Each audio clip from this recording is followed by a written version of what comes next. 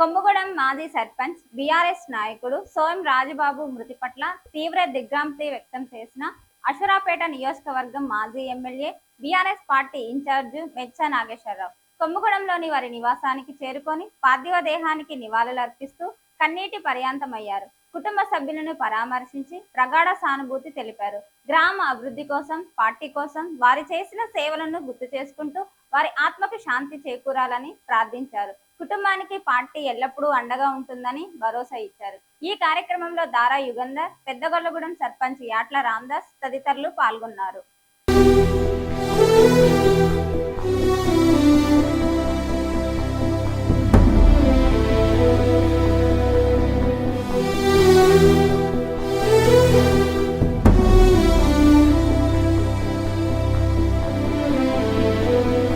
ఆగిపోయేనా త్యాగం కదా,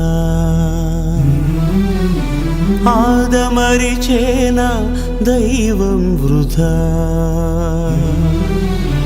సూర్యుడి సెలవని అలసిపోయేనా, కాలమే శిలవలే నిలిచిపోయేనా.